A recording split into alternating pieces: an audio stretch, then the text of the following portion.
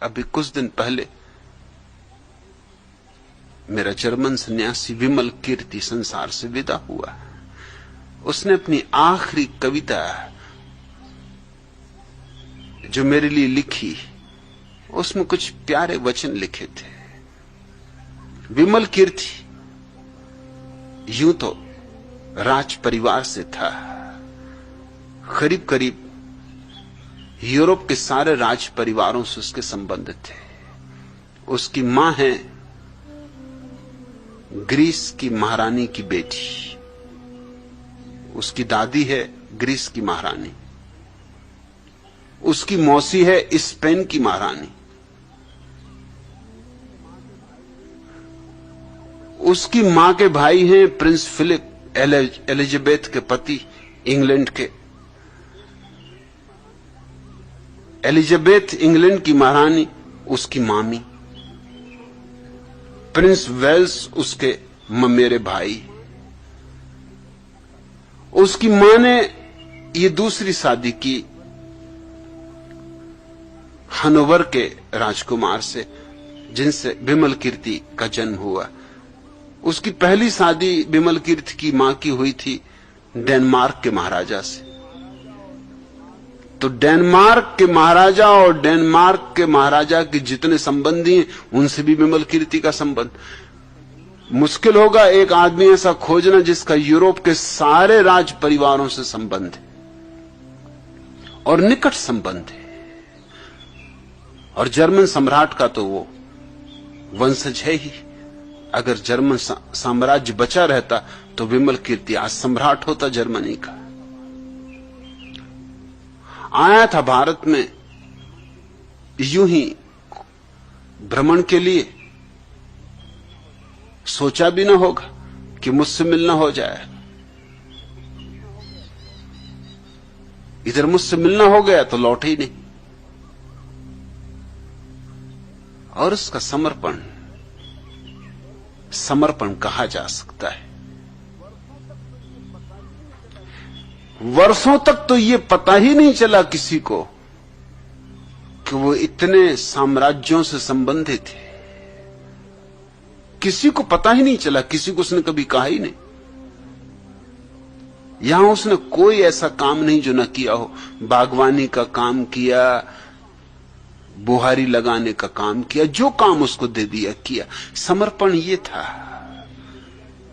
कभी एक बार भी ये पता न चलने दिया कि मैं राजकुमार हूं, और कभी मेरी पीढ़ियों में किसी ने बुहारी नहीं लगाई। बुहारी लगाने की बात ही दूर, बुहारी देखी भी नहीं होगी।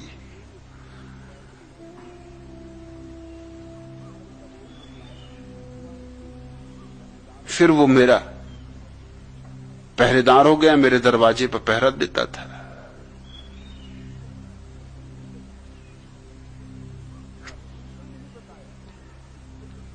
तब भी उसने नहीं बताया कि खुद उसके दरवाजे पर पहरेदार हुआ करते थे।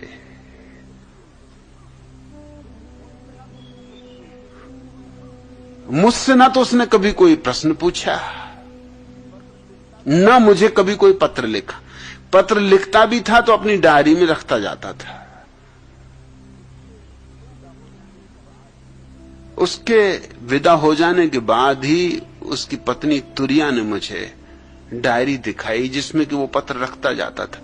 और मुझे इसलिए नहीं भेजता था क्योंकि उसका कहना था कि आज नहीं कल मैं उत्तर दे ही देता हूं, तो क्यों नाहक भेजना, क्यों परेशान करना। अपना पत्र लिख के रख लेता हूं कि मेरा प्रश्न था कि मैं न भूल जाऊं। उत्तर तो आ ही जाता है, देर अबेर, जब मेरी जरूरत होती उत्तर आ जाएगा। आखिरी पत्र उसने जो मुझे लिखा है वो भी मुझे भेजा नहीं था।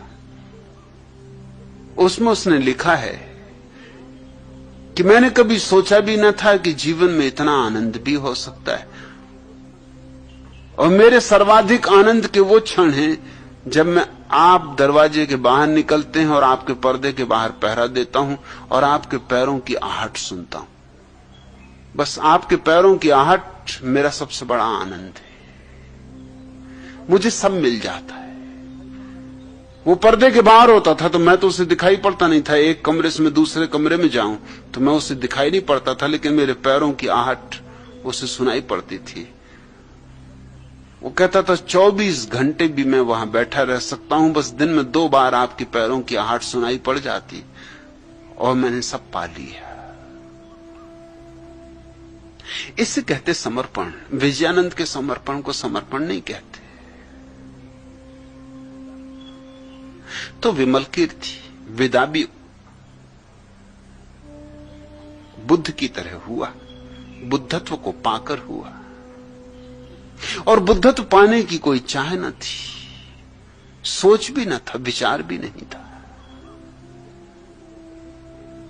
सोच विचार से नहीं होता, लेकिन जन्मों जन्मों यही खोज चलती। वो मेरे पास आया और रुक ही गया। बस एक किरण पहचान में आ गई कि उसने पकड़ लिया सहारा।